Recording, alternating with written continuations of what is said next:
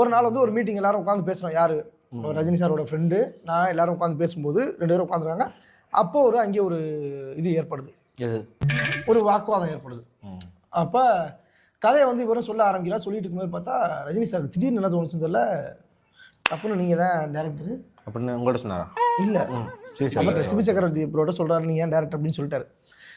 சொன்ன உடனே எனக்கு ஒரே ஹாப்பி. ஒரு வழியாக நம்ம இதை வந்து வலைபேச்சு மூலமாக நான் உங்கள்கிட்ட சொல்கிறேன், இது இன்னும் சமூக வலைதளங்களில் வரல, நான் தான் இது பண்ணுங்கிறது வலைதளத்தில் வரல.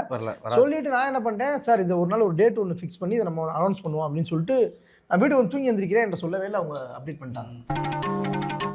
இன்னைக்கு நியூஸ் வந்திருக்குமே, பார்த்துருப்பீங்களே, தலைவர் 173 சிபி சக்கரவர்த்தி எல்லாமே வந்திருக்குமே.